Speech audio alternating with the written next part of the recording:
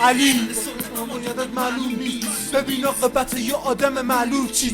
لالایی بچه گرچه صدای تو خوشحال از این که فقط یه ستاره دار با صدای ناله میگه کتک نزن. ضعیفتر نبود واسه کتک زدن. میگه کمک ندم چون فیلمش میخوام حرفا تو ذهنت مثل فیلم بشه. اصول پس بودن و ندیدم من تو دین. آره پس واسه همینه که اندوه کی. اگه بخندی تو پسی از هر نظر. این کار خدا نده تو اصلا به جا خنده به نابینه و فلج دستمالو ببر به امید فرج الله که از گل پاکترن این بچه ها. زنه بلرزه اگه کنی بد بگو.